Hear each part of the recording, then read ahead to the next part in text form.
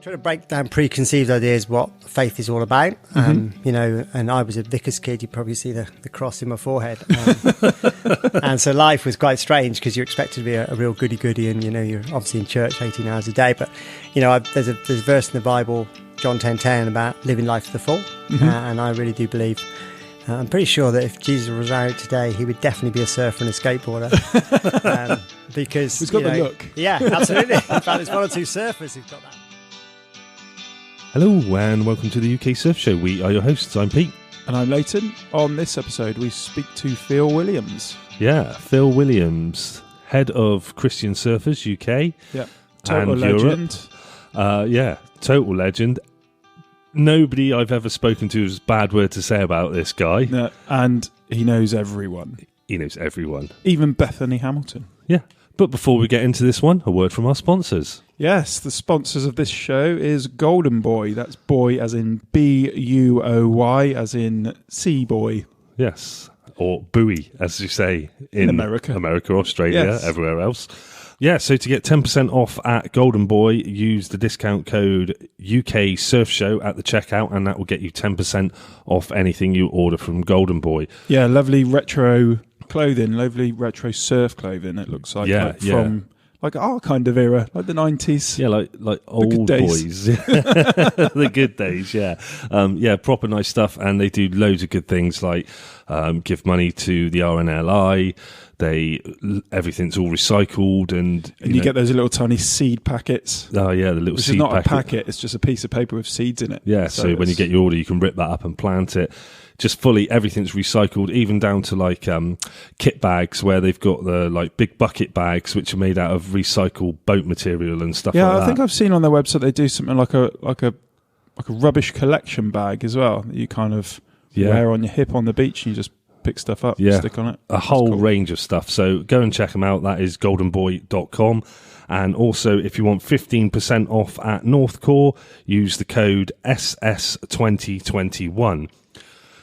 We're not going to read all the discount codes out anymore because there's like a mountain of them. Yeah. But what we've done in a way you can support the show and get extra discount codes as well is on Buy Us a Coffee. There is now a membership part where there's 4 different membership tiers where you can support the show and get discount codes as well. So for the discount codes, to stop the bots crawling through them and getting them and putting them out everywhere, it's £1 a year. When you go on that, make sure you click year, not month, otherwise it will charge you £1 a month. And that £1 for the year will get you all the discount codes, and there's codes there from Golden Boy, Northcore, Logfin Co, Pulse Roll, Adrenaline Athlete, Cosin, and there's more added that there's going to be more, and it's going to be constantly changing as well, isn't it? So yeah, it's a really good way to support the show if you like listening, because it's obviously all free and it will always stay free. But if you want to support us, then that's a really good way to do it. Yeah, there's 4 tiers there. So there's the £1 tier that will just get you all the discount codes. May post the additional thing on there, and then there's 3 other tiers up to £2, £3, and £5 a month. Whatever you want to support, they're optional. You're going to explain what the tiers get you. Yeah, so your membership is your £1 a year. It says £1 a month, but if you click on it to join, it gives you an option to change that a year. So £1 for the year will get you all our exclusive discount codes that you'll get for this, and that'll help you support the show. The second tier is the bronze tier. That's £2 a month, and this will go towards helping the running costs of the show, and it will also get you exclusive posts and messages, and also the exclusive discounts. There's also £3 a month or £30 for the year, and that will help support the show on a monthly basis, unlock exclusive posts and messages, unlock discount codes, and access to full libraries. So anything we've posted before you joined up to that, you'll also have access to be able to see that. And the last tier is the gold membership. That's £5 a month or £50 for the year. And for that, you will support the show on a monthly basis. You will unlock exclusive posts and messages. You will get exclusive discount codes and also extra discount codes. Yeah, those extra discount codes will be more money off than the £1 a month tier as well. And you'll also get access to the full library. There will be behind the scenes content and also work in progress updates, which is we'll basically tell you what we've got planned and what's coming up and who we're interviewing. Yeah. So if you go to our website, click on support the show, click on buy me a coffee, and then there is a membership header for that page, isn't there? And if you click on that, that's where you can get access to the different tiers. Yeah, so when you go to buy me a coffee, it'll come up on the support bit first of all, where it just says buy us a coffee. You can buy 1, 3 or 5 coffees if you just wanted to donate or support the show that way. But next to that tab, there's membership. Click on that, and there's all the memberships down there. Yeah, and you can also support the show by, if you plan on going to the Wave, you can book a session through us on the same page, and it supports the show that way. Yeah. So you get something and we get something. Yeah. Talking of the Wave, halfway through this interview, there was a good bit. So just before this episode comes out, so the weekend before this, we went to a surprise birthday party for Dom from Origin Surf Co. He didn't know anything about it. 20 of us there, wasn't there? It was great. He didn't know anything about it, and his wife had sorted out a surprise, got us all in a group, and all of his sort of friends and people he knows. Yeah. Went to favourite customers, yeah, which is me and you. I think it's me, but he thought he should say you as well. And so we went to a surprise party. But halfway through this, Leighton's sort of tells Phil about this surprise party that's coming up. Yeah, and I absolutely crapped myself because I thought this was going to come out before the party, so we were going to ruin the whole surprise. So I left it in now. It's been and gone. Thanks for that. Thanks for leaving in my mistakes. That's all right. I'm leaving your mistakes. I took all mine out. Anyway, we did have a good session at the Wave. Well, no. I mean, we had a good time, but the session, I must admit, I didn't have a very good session. I still feeling. I don't know what I've had. I've had some sort of virus thing. It's not COVID. I had a cold and I just can't get over it. I've just been like 6 weeks now and I've got absolutely zero energy. And something going around. I was just trying to paddle for the wave, in the wave, for the wave, and I had nothing left. And literally as soon as I paddled out, I was knackered already. I caught. Well, the first wave I didn't even catch. I sort of just rolled off of it, and the second one I tried to paddle. And then you got the guy on the side going to me, yeah, mate, if you just angle this way or just paddle a bit out. And I I'm calmly trying to think to myself, I know what to do, but I've got no energy. I nearly got out after like the second wave, but I hung on till one before the end. I think I got out where there was one wave left, and I was just like, I can't even be bothered to go back out. Yeah. I mean, it was good to be there with everybody. Everybody's having a great time, and all there for Dom. Yeah, and it was really nice to meet them all. Yeah, I must admit, I don't know. Because we've been surfing throughout the summer and into the autumn as well in like summer suits, which are obviously more flexible. I think, if I remember rightly, the first session or two back wearing a winter suit, I always struggle a little bit because you're a little bit more restrictive. Yeah, a bit more restricted. But talking of the Wave, if you do go there, you will have probably seen Phil there at some point because he's there all the time. He's good friends with Nick, as he says about in this. And don't forget, if you are going, go for our website, support the show, and book the Wave through there. Here we go. Cool. Well, it's great to be on the podcast for you guys. I'm Phil Williams, and I suppose my full-time role is looking after Christian surfers throughout Europe, which is a charity. I've been doing that for coming up to 28 years. And then in my spare time, so to speak, I'm one of the volunteer directors for Surfing England, as well as one or two other little volunteer roles, and then heavily involved with the Wave Project, and very exciting things like that. And I still skate. I turned 60, was it earlier this year, and I still skate. Yeah. So you're never too old to skate. No, definitely. And we saw online you turning 60, and you had a beautiful longboard for your 60th, didn't you? And I saw you surfing that as well. I think I sent you a message saying, what was the setting you surfed it on? Was it the Advanced or the Advanced Plus? Yeah, the story behind it was it's during lockdown, obviously I did the right thing, and I found the first lockdown, March through till whenever it was, June, was okay because I was volunteering virtually full time, looking after the food bank here, and also the home deliveries on the prescriptions. And so the sun was shining as well, so that was okay. And then I found that I think a lot of people November through till I think it's April the 12th when I could surf again. That was really tough. So I used to take myself off to nature.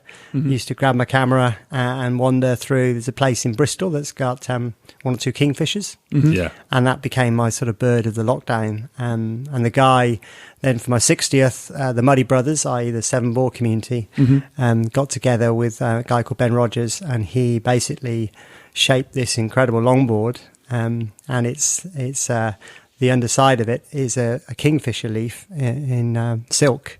Wow. Obviously the pattern of it. Yeah. So it's a pretty special board, and I won't be taking it anywhere near the mud. But certainly, I'm surprised you actually took it to the wave, because that wall terrifies me.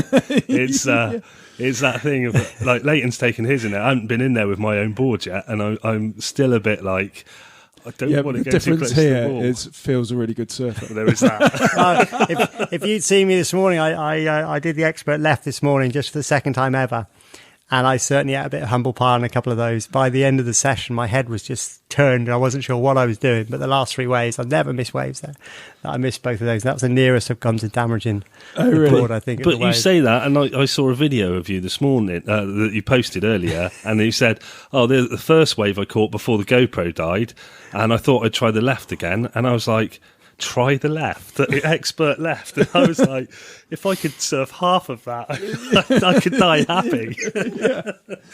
Oh man! So you're the head of the Christian Surf. Is it Christian Surf Club? Christian Surfers UK. Christian Surfers, yeah. And that's Europe as well, then. Yeah, so I look after from Norway in the north way down to Portugal. Yeah, and they've actually thrown in Middle East and Africa at the moment for my temporary role, which is all a volunteer's role. I mean, I'm a volunteer, and all the people that volunteer within those countries. So there's 10 countries in Europe I look after. So do you get to travel to all these places and surf as well?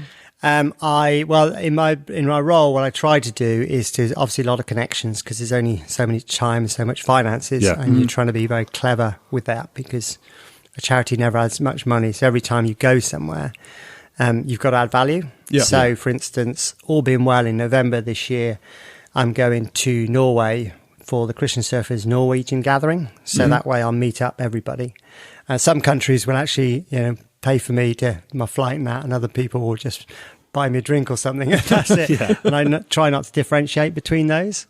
And so under normal circumstances, I would probably have tried to visit 5 or 6 countries of those, and then we'd have a regional gathering, a European regional leaders gathering, once a year, where I'd try and bring all the rest together. So again, you normally travel in the winter months because it's so much cheaper. Again, it's and the surf's better.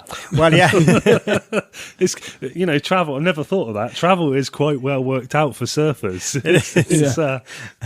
Well, I once had to run they asked me to run it's a bizarre story, but the Norwegian Surf Championships. Right. And I asked them, when is it? And they said March. And I said, you're kidding me, the Norwegian Surf Championships in March. And I literally went over there with everything I could muster to have a freezing cold March. And I got there, and the surf was, of course, it was cold. The water temperature was about 3.5 degrees, and it went down to -11 at night. And there was a big snowstorm between the first and second day, and so we had real trouble getting over to the contest site. But they built a wooden judging porta cabin. There was a wood-fired hot tub there. There was all these places with hot coffee and pancakes, and it was amazing. Yeah. Did anybody actually compete? There was a good crew of people. And and for me, one of the highlights was on the Sunday when we were clearing up from the party. I saw the Northern Lights. So it was, amazing. Wow. Yes. There's not a lot of people. My wife never forgives me for that. Yeah. She didn't go with you on that one? No. It's like, how do I tell her? And she'd already spotted that they were seeing that Scotland that night. She said, I know you've probably seen them. So what does sorry, Pete. So what does it entail then, being a volunteer for Christian Surfers? I suppose at the heart of it, it's trying to break down preconceived ideas what faith is all about. And I was a vicar's kid. You probably see the cross in my forehead. And so life was quite strange, because you're expected to be a real goody-goody, and you're obviously in church 18 hours a day. But there's a verse in the Bible, John 10:10, about living life to the full. And I really do believe, I'm pretty sure that if Jesus was around today, he would definitely be a surfer and a skateboarder. because it's got the look. Yeah, absolutely. In fact, there's one or two surfers who've got that look as well. And it's just really saying that it is, for me, it's not about, whenever we do our volunteering, we sort of volunteer for other organisations inviting us in, and then we do our own things. And it's right, to me, I don't Bible bash and all that sort of stuff. It's like you get to know me as an individual, and then we'll feel what makes you tick. Yeah. And then I just share very simply my faith, and if they're interested, great. And if their eyes glaze over, no problems at all. Yeah. Well, we were talking because surfing's a very sort of, there's a very spiritual side to surfing, and it must be nice to have something that you can connect that to, because a lot of people, like we're always saying, we're sort of always searching for that. What that is, what that feeling you get, you only know when you've ridden a wave, you get that feeling of sort of complete oneness basically with everything. And it must be nice to have something to connect that to in life as well. Yeah, and I think, as you say, only a surfer knows the feeling is the great phrase, isn't it? And I think you're right, for a lot of surfers, this whole thing of sort of a thin space, sort of a blue health, all that sort of thing, which is really, really positive for your health. Mm-hmm. And to me, when I'm sitting out back, sun's either setting or rising or whatever, or this amazing beauty, it's just like, well, personally to me, I believe that God created the earth and other people have different views, but to me, I think it just ties in with my sort of life to the full view, and it sort of just goes hand in hand. And so whatever we do with Christian surfers, we're just trying to support the surfing community. Yeah. So even later on this year, the Welsh crew is supporting there's a Welsh champs, or not a Welsh champs, there's a Welsh club competition in 3 weeks' time. The Scottish crew are helping Scotland 5th to 7th of November up in Thurso. Yeah. We've just come on the back of the interclubs and all sorts of things. And it's just showing support. We've got no money, but we've got a great bunch of volunteers. Well, you don't need it when you've got a great bunch of people. Is that the Jesus Surf Classic you run as well? Yeah, so the Jesus Surf Classic's our 30th year next year. So It's one of the longest running and largest comps now. And that's just for the Southwest? No, it's for everybody's invited. Right. And it's our opportunity just to put on something for the surf community. And even though it's called the Jesus whatever, I discourage my members for joining, because if they're regular on the tour, that's great. But if not, then you should be serving. Yeah. And so about 13 years ago, we got so big that we took out this longboard event. So we've now got the Jesus Surf Classic in September in Croyd, and there's up to 160 competitors for that. Wow. And then just 2 weeks ago, we had 92 competitors at the Longboard Classic in Polseth. But there was 1 year, I think it was 2003 or 2007, it was a Croyd, and it was 186 competitors. It was 3 peaks.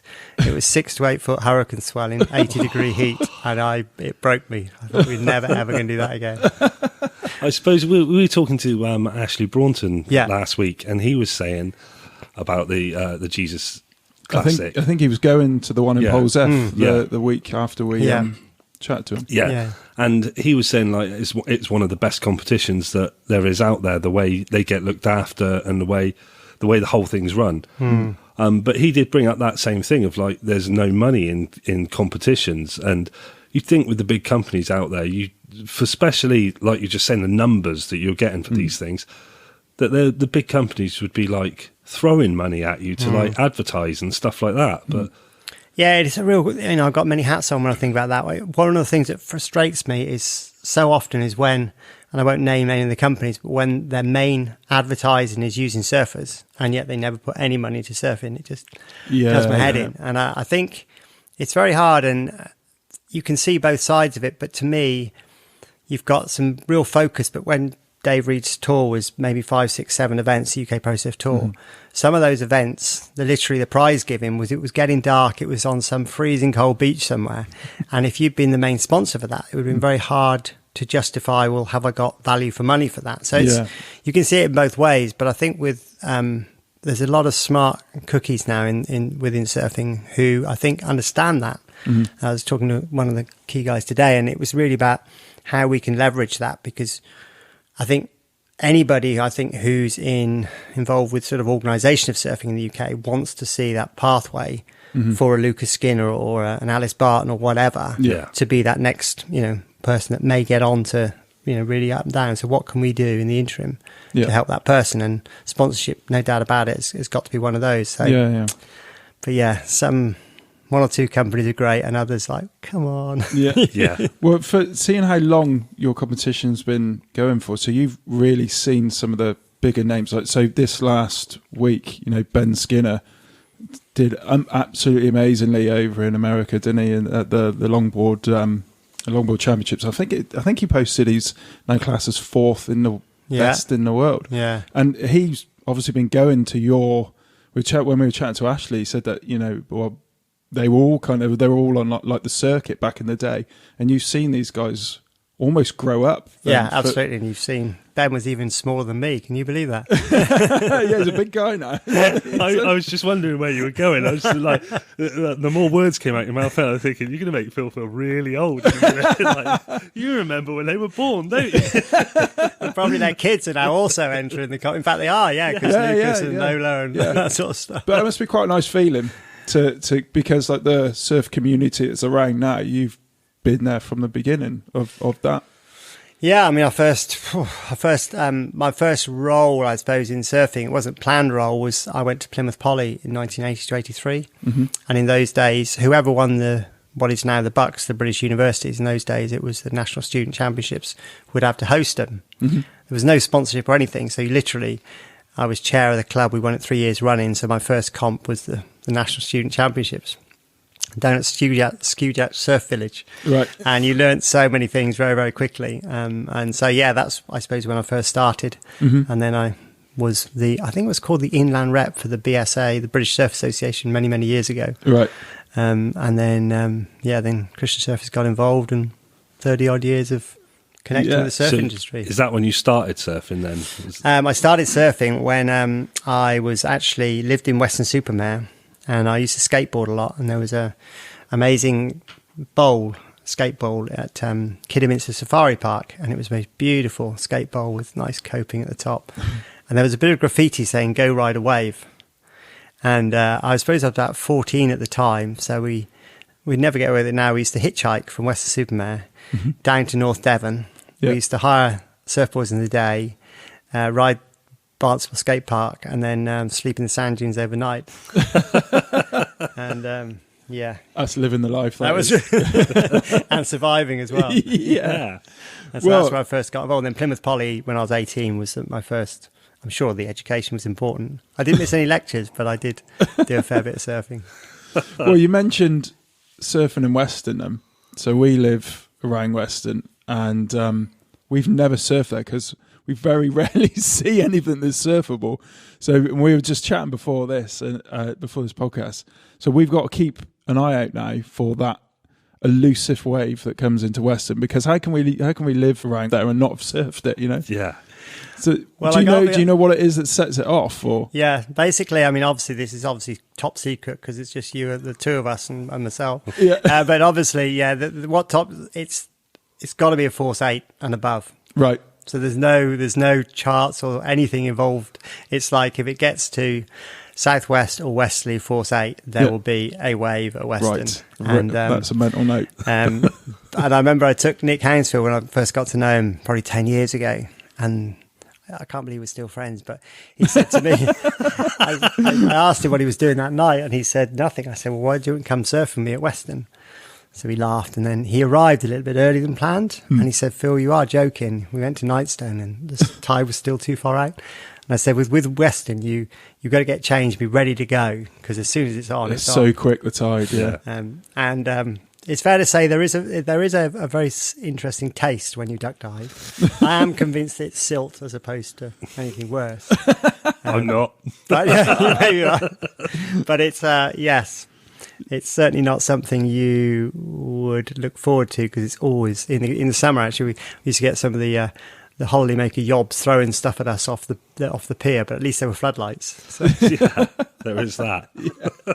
Well, so you mentioned Nick Haynesfield, and so you've been friends for 10 years now. We interviewed him. I think it might have been at that adaptive.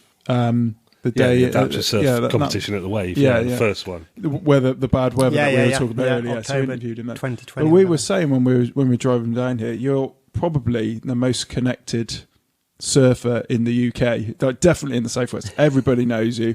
And we mentioned before the podcast, you know, that everybody we've chatted to, everybody says what a lovely guy you are, and there's not a bad word to be said about you. So what does that feel like, being that connected? Like are you in fact the nicest guy in surfing?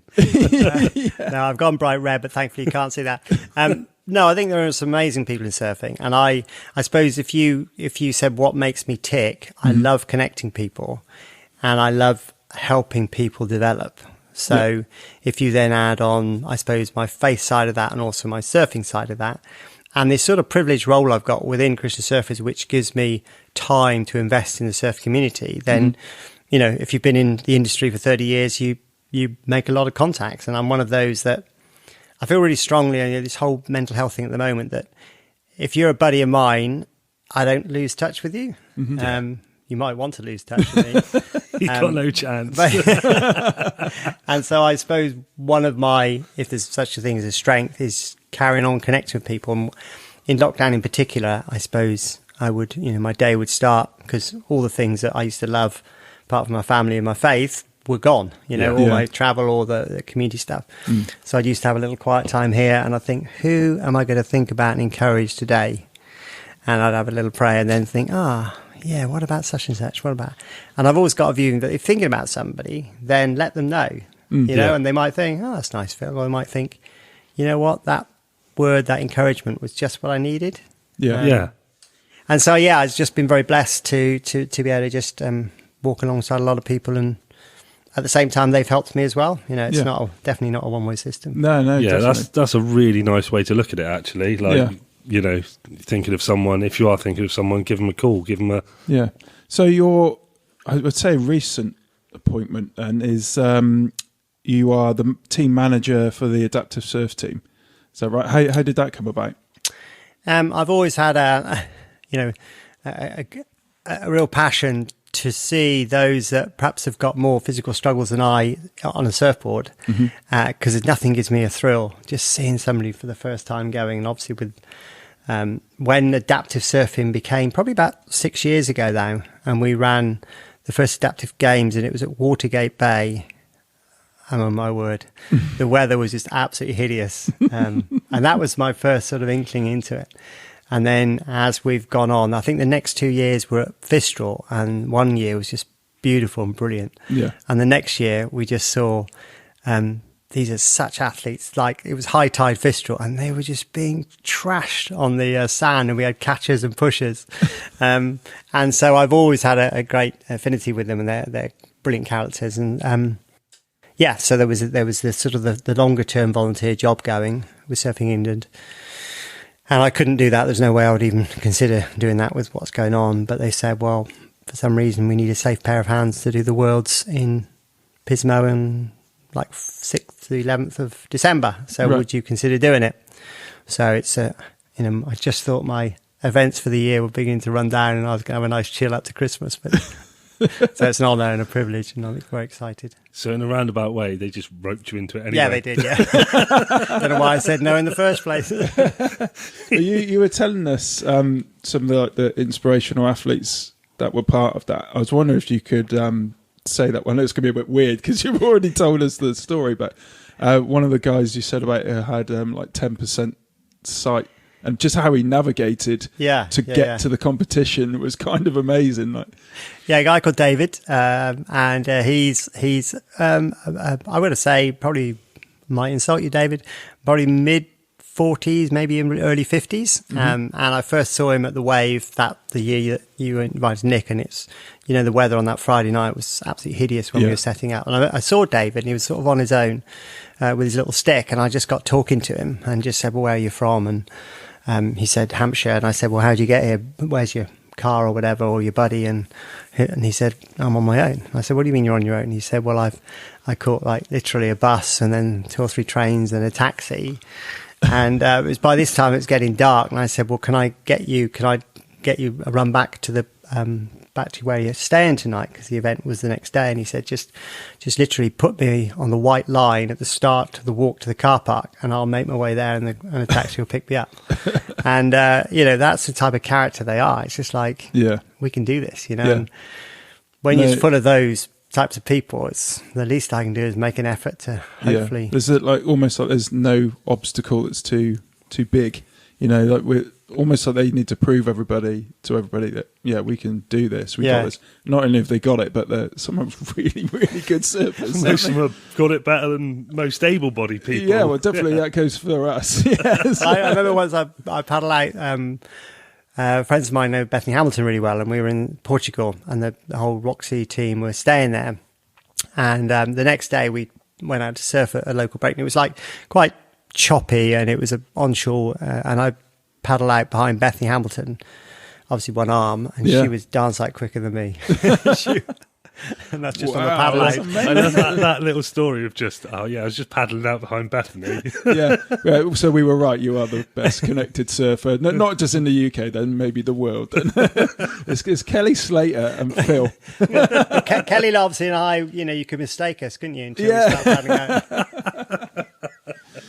Well, they was going on to like your kind of fame, I suppose. And so the book by Tom Anderson, you were in that as well. Is that you've right? done your sort of research for it. I was reading Grey Sky and Green Waves, and you come up on there because I think he mentioned it.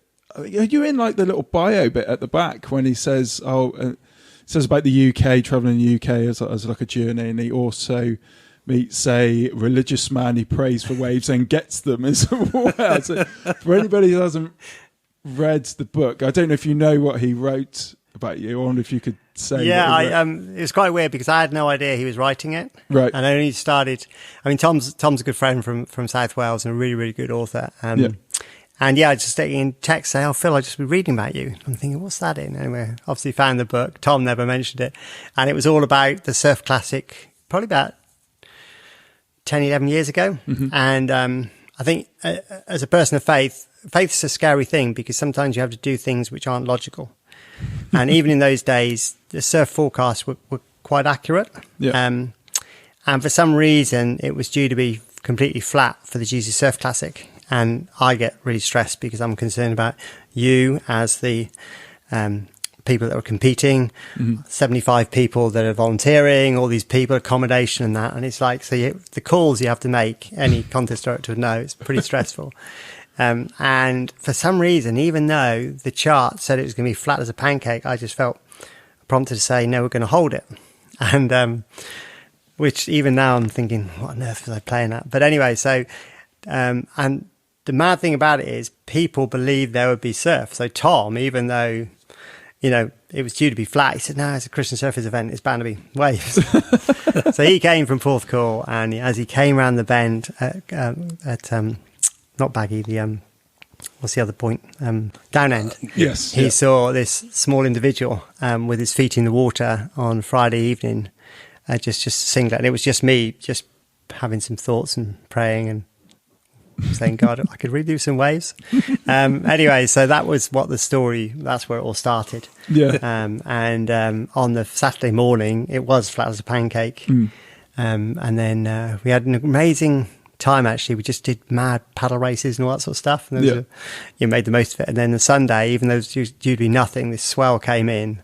And it was just really clean, beautiful swell. And we completed the whole event in one day. It was amazing. So you are actually the original wave maker. Yeah, Nick, I'm one of your team. Yeah. That's so cool, though, isn't it? Like, and the fact that you're in that book, that's what I mean. Like, everybody we chat to, everybody seems to know you, and they all know you like on first name terms and stuff. Like when we were talking to Ashley, he said, because I think he couldn't remember the last time he competed or something like that. And he said, Phil's going to kill me. Yeah. So you've surfed and been involved in surfing all over the UK. Where are your favourite spots in the UK? Or where favourite spots that are on Magic Seaweed that I can put out? I don't have to use the bleep machine anymore because people keep saying spots and I have to bleep them out. Well, obviously, after Western-super-Mare, you can't really follow that, can you? My formative years, for sure, Bantham. I used to love Bantham, in in the early 80s, that's where the Polywallies used to go on a Wednesday afternoon. And still, I mean, it's really, really crowded, obviously, but still love Bantham. It's actually beautiful down there. I walked the coast path this year, and the part of it went through Bantham. And it's like a sandbank out there, isn't there? Yeah. That's why I saw it was firing when I walked through Absolutely. it. And that's where it stays, because it just looked like a really easy paddle out. Yeah. You paddle out and across, and you're sometimes the current can take you places that you don't want to go, but in general. Yeah, so I could see and then why even that's a nice place. in those days, we found this little place by Whitsound, which was, again, pretty deserted then, but nowadays it's quite busy. And I think for me, the North Coast, Cornwall and Devon, there's some great spots there. I tend to be one that would prefer to have, I'll perhaps have a quite secondary wave as opposed to, which is quiet, as opposed to paddling up Porth Leven or something. So Watergate Bay is great because you can just wander up, and some of the North Devon beaches as well, top end of Woodacombe, where you can just find your own spot. Obviously lucky enough to have surfed all around the north coast of Scotland.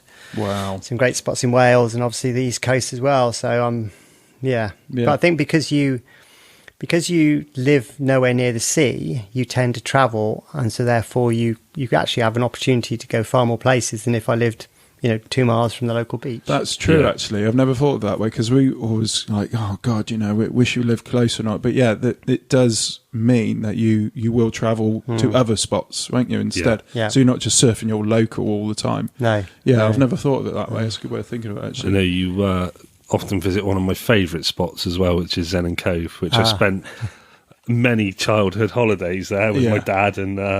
with Leighton as well. We've told a story before. I think that's the first place I ever stood up on a surfboard. It's not a place you want to learn to surf, Zen & Cove, really. It's it can be quite a heavy wave. Yeah. But the great thing about it is, Gwenver itself, which is the next beach along, the landowner there says he's never going to develop that, and he still charges, I think it's maybe £3 a day now, and it's just like, according to him, if you want the tourism, go to Senna, and that's not that touristy, as in, it's not that built up, it's still quite quaint.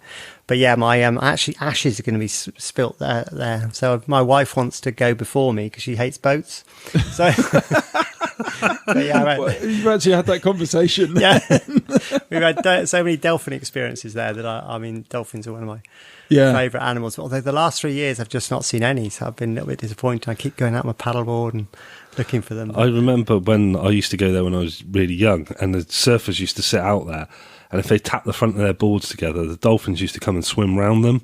And we used to stay right where the main car park is. There's a house right there. It used to be a bed and breakfast, and it used to be a lady called Christine used to own that, and we used to stay in there.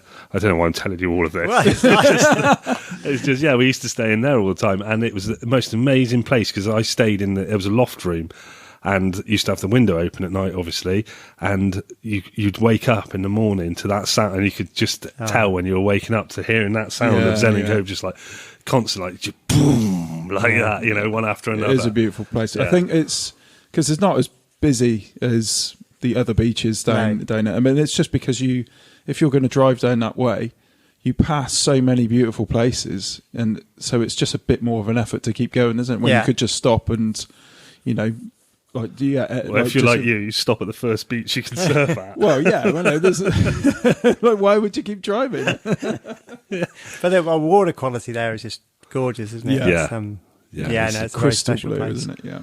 So what have you got planned for the future then? What's for us, so this year I might be going on my first plane for 2 years. Christian Surfers have got their national gathering in Norway in November. So I've booked that with a fully flexible ticket. And then obviously the Adaptives in Pismo, in California, for the 6th to 11th. And then next year is quite a significant number of events. So I've been doing this I'm not actually employed by Christian Surfers. It's called Living by Faith. So enough people hopefully keep giving me the odd bits and pieces to keep me going, although my wife really does keep me going. It's my 20th anniversary doing that because I had 20 years in industry. So I was a distribution director for 20 years. And so that'll be 20 years celebrating that. And then my local skate park here in Nailsea, it'll be our 20th anniversary of the skate festival, which I run. and then the Jesus Surf Classic is the 30th anniversary. Wow, so it's a big year then. There's quite a lot going on, and then we've got one or two little ideas of just, what lockdown has meant and what's missing and how can we do things better. So there's lots of sort of ideas about the types of maybe little niche comps we can do just to fit in, just to help support British surfing, really. Amazing. That's so good. Yeah, it looks to be, and obviously I will be visiting one or two of the other countries in Europe as well, just to well, you've got a really busy year ahead then. And what about, like, I know it's a similar sort of question to what I asked earlier about like surfing around the UK, about surfing around the world. Have you had a place you've surfed around the world and you've gone, this is it, this is the place? When the Southeast Asia tsunami took place, we ended up working. We came up with a charity. I remember sitting here in this room and just seeing the destruction on the 26th of December, and me thinking we've got to do more than just giving money. So I got together with Dave Reed and Dave Manley, so UK Pro Surf Tour and BSA in those days, and I think it was Mike Searle from Carve, to raise a charity called Tsunami Surf Relief, and we raised £50,000, and I did 6 short-term projects to Aragon Bay in Sri Lanka. And we did, this is fantastic just to see what was happening, and that was the whole story altogether. But then I think it was the next year, there was another big tsunami also affected Hanako Islands in Indo. And I had a friend that basically said, look, it's called Holidays with a Purpose. So it's not just a boat trip, but it's a boat trip where it's a bit cheaper, but we actually help the local communities. And so the guy said to me, if you can get me, Phil, help me to get a really good crew for this trip, then I'll help you get out there. And so there were 12 of us, went on this little boat, went through Nias, and that was beautiful. And then we went to the Hanako Islands. And there was one particular day, we never saw another ship because it was just out of season. It's amazing work, and just seeing the local communities and so many fun stories. But there was one particular day where it was just me and this other guy on Bawa, I think it was. And the boat was just going off because we wanted just one more wave, and there was just 2 of us in the water, and it was about 6 foot.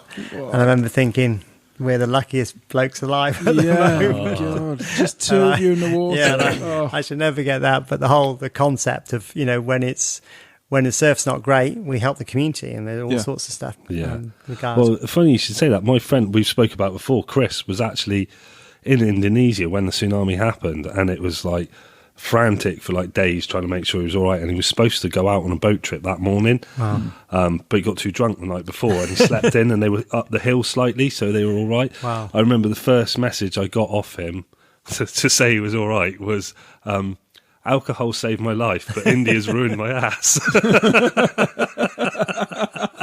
And we've spoke about a friend Chris before, and he's so happy-go-lucky, and he's like, he's just blissfully unaware of everything that's going on around him. Didn't he have the T-shirt made and alcohol saved my life or something like that? It was So you're a really good surfer in longboarding and shortboarding then? I'm certainly not a good longboarder. No, I enjoy it. So what one do you lean towards more? Definitely shortboard. I always say, I have this joke that a longboard is for Christmas, not for life, but all my longboard community will not forget that. But obviously, I just enjoy it, and there will be a stage when I can no longer ride a shortboard, I would imagine. But at the moment, I don't think that's going to be any time soon, though. From that video, it's just proof, isn't it, that you can just surf for as long as you like. Yeah, and I'm very. We never know what's around the corner, so I'm very lucky with my health. I know plenty of people that sadly are not so fortunate, and so you just don't know. In a year's time, it might things be different. So hence the live life to the full and see what I can do. But definitely for me, 98% of the time I'll go shortboarding, but there's a great longboard community, and there's something special about them, so I do enjoy them. And then obviously the 7-ball is, again, that Muddy Brother community is something I... So have you surfed the 7-ball? Yeah, you've surfed the 7-ball. It's my 30th anniversary this year. Wow. Really? Yeah. What do you ride that on them? Because I've heard that it can just trash your balls. Yeah, and it can. So that new blue board, I won't go anywhere near. No. So I've got a big old 10-foot board that is pretty, We're going to use that blue thing that I've got. We're going to have to do it soon because it's only just up the road for us. Like, why haven't we done that? It's I've heard it's really dangerous because of all the debris that's in the water. Well, I mean, it's always one of those things that it is dangerous, and sometimes I get concerned when people go, "Oh, we're just going to ride it," and it's like, well, all I'd ask is just have a look first. Yeah. Because there's one particular, the holiday route, as we call them, where it's very simple to get in. Mm-hmm. There's one place where you walk across the sandbank, and you probably walk 200 meters to the river, and you can see the boar coming, if there is a boar. You can jump on it, ride, then you'll come off. But of course, that 200 meters of sandbank, by the time you come off, is now fully covered. Yeah. So suddenly you've now got to paddle 300 meters to the shore with a 10 or 11 knot tide taking you down with the river in flood. Yeah. I suppose that's the things people don't think about, in it. No. You know, just turning up and. So how many times a year can you surf it then? Do you just surf it once a year? Because it's not just once a year, is it? It's probably maybe 60 times a year, of which 30 are at night. Right. And if the full moon's there, you can surf it at night, but obviously I wouldn't recommend it unless you really knew what you're doing. And some years it can be very, very low, and other years it can be quite interesting, and that's when the circus comes to town, which we try to avoid. Yeah. I think we nearly went one year about 5 o'clock in the morning, wasn't it? Yeah. It was, but the weather was absolutely awful, and it was sort of like. Nah. Well, we were trying to organise because we did, like you said, you must read up first about it, and we were reading a few bits about it, and how far you can go. We were just like we need. And we need like a crew, like a land crew, to get you back afterwards, because you could go a mile down. I'm not carrying a board a mile. That's all part of it, and that's hence, this time of year you're going through head high stinging nettles as well when you're trying to get off the back. So it's certainly not for the faint-hearted. It's an amazing community. Yeah, very welcoming, providing people are just safe about it, and After, like we've said, speaking to people that know you and have spoken to you, and all the connections you've got and made throughout the year, have you had a point when you've been surfing and you actually have been a bit starstruck by someone who you're there surfing with, or who's been around you, and had that moment of because you don't strike me as the type of person that would see anybody any different. Every single person is sort of on the same sort of level, if that makes sense. Yeah, I mean, they are all humans, we all make mistakes together. But I think the only time I've ever been to Hawaii, I just so happened to keep bumping into Sonny Garcia. So he and I got about 4 selfies together. It was, I think, this guy again. I implemented the selfies, not Sonny, but it was. I was about to say that. Was that him going? It's me and Phil. He was at the HIC Pro, and I was there, and he was again, and one of the 2 of the characters that I saw there, where you're literally queuing up in the supermarket, and there they are. They're just amazing surfers, and you were next to them in the coffee queue and that sort of stuff. Wow. Yeah, because you have that sort of separation of, like, especially younger people, like, idolise these, like, professional surfers and stuff, and you never think, like, there's some point in their life where they're just at home and they're going to buy bread, or gonna get milk.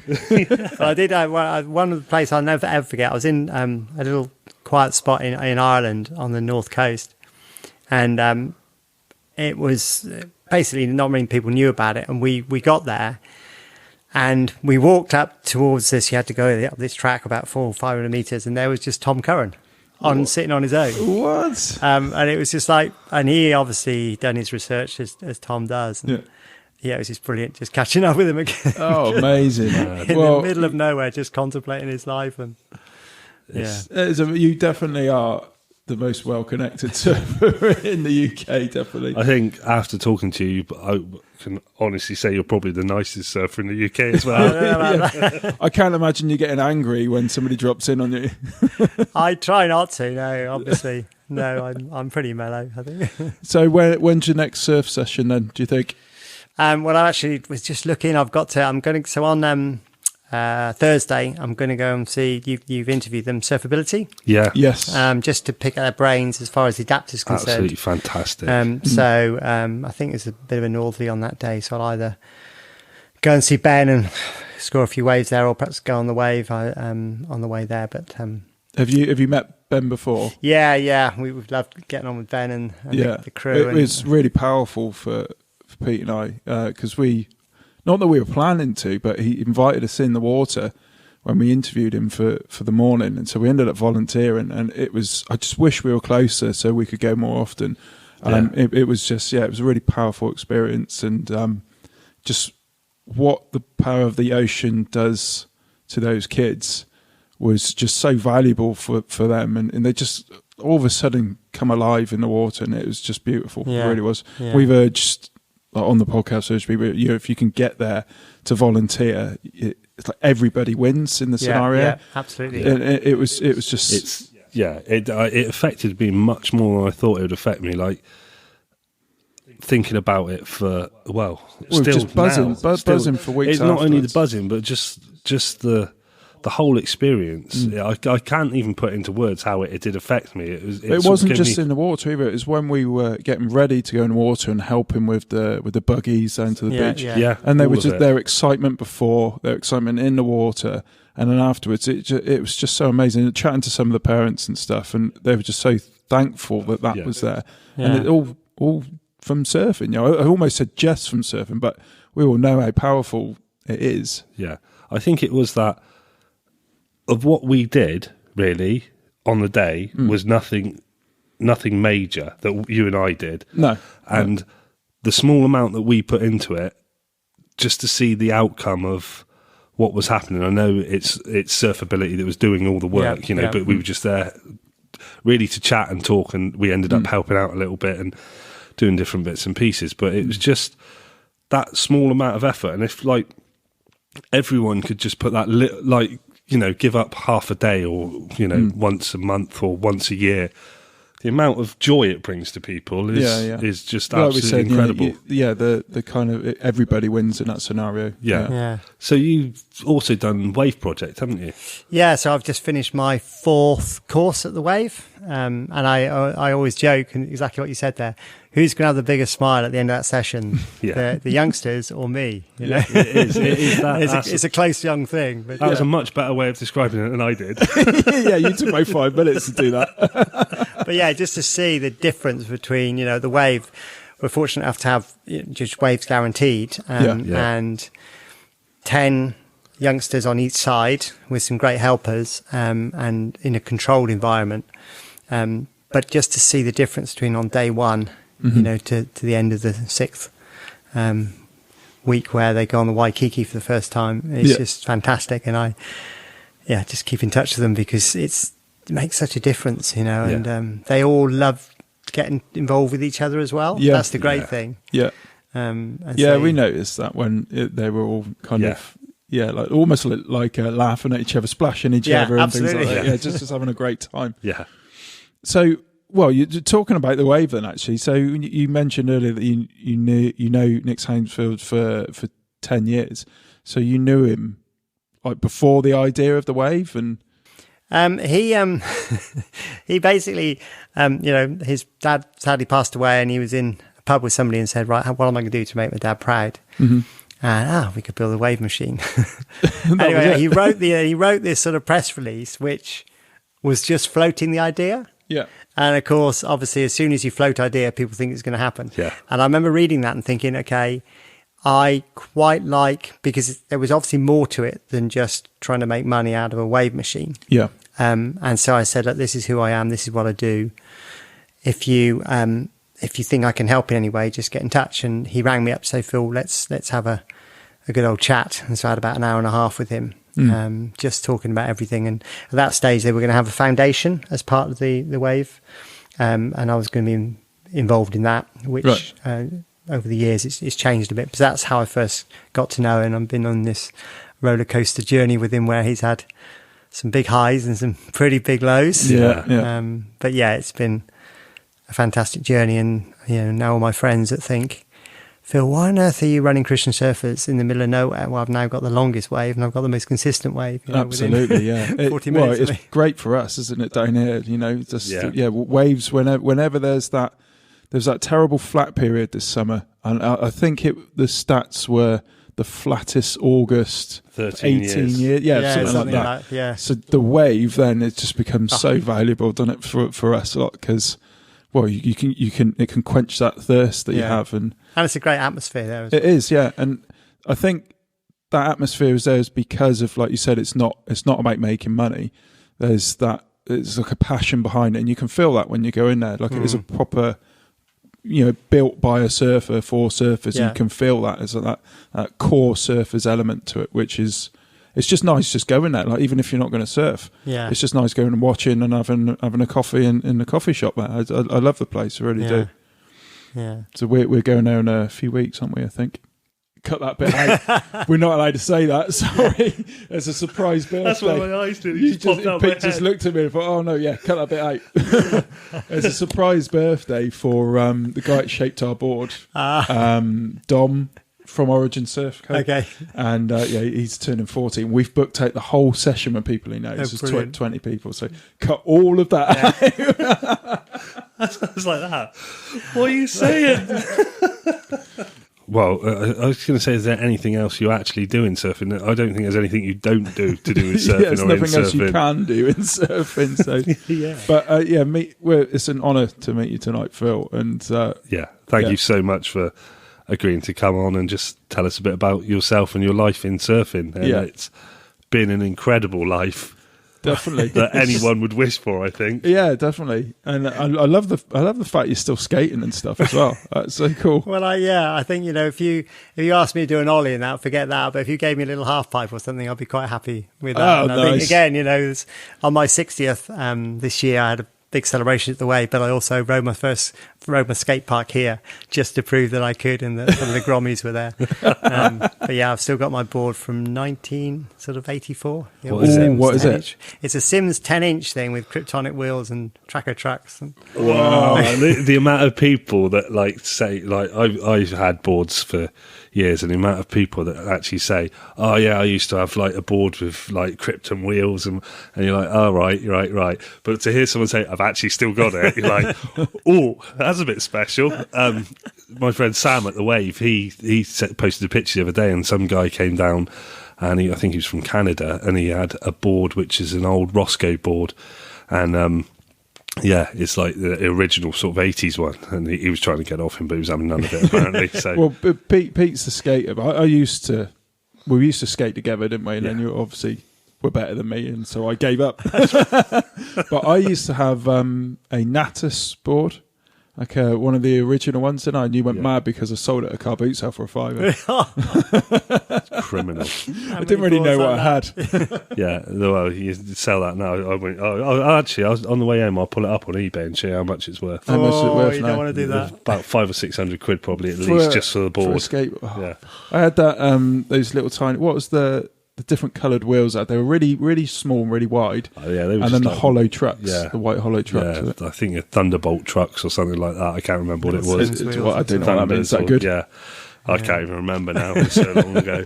But I think that's been absolutely fantastic. Well, I just appreciate you. I mean, I am very, very fortunate. I'm always amazed just how many volunteers there are that give themselves selflessly for surfing, and I'm just fortunate enough to get to know them as well, and that always puts a smile on my face as well, because even at places like the Wave, you've got a barista as opposed to a barrister that may just they don't even surf, and then you just see them beginning surf lessons and going through, and then they perhaps get a job as a lifeguard or a coach or whatever, and you just think that's progression. And I think for me, just seeing that the young Grommies, again, that were in the Surf Classic 30 years ago, and just to see how they've gone on, and I've just been very fortunate. It's definitely a lifestyle, isn't it? It's rather than a hobby. Yeah. Well, thanks for coming on, Phil. It's been great. Thank you very much. Oh, God bless you guys, and keep up the great work. Cheers. Thank you. Thanks for that, Phil. That was great. I think he is actually the nicest guy in surfing. He is. When we went to interview him on the day, he's kind enough to invite us to his house, which was really nice. He'd been, was it expert left that day or something like that? Yeah, is that what he said? He'd been at the Wave surfing like the expert left. Yeah. So 60 years old, surfing expert left, and still he's skateboarding. Yeah, keen skateboarder. He's just absolute proof that you can just keep going. Yeah. You know, like, what an absolute legend. Yeah. Lovely, lovely guy. And when we went to leave, he handed us a Bible. Yeah. Which is really nice. The Surfer's Bible. I've never seen that before. Yeah, and I mean, it's really nice. Really nice of him. And we're not religious, but I thought that was quite touching. It's like quite a nice thing. Yeah, I yeah. like that. Yeah, really nice guy. Nice, as Leighton says, nice enough to invite us to his home to do the chat.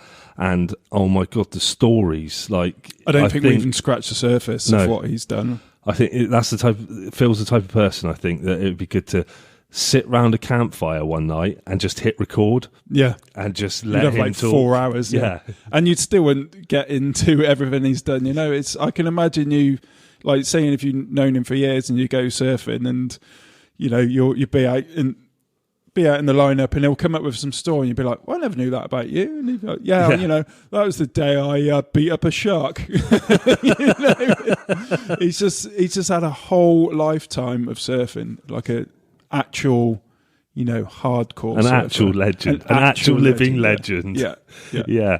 So that was brilliant. Thank you, Phil. Don't forget then, head over to Golden Boy, our sponsors for today, and get 10% off anything you ordered from there, and use the code the UK Surf Show. Or head over to Northcourt and get 15% off your order when you use the code SS2021.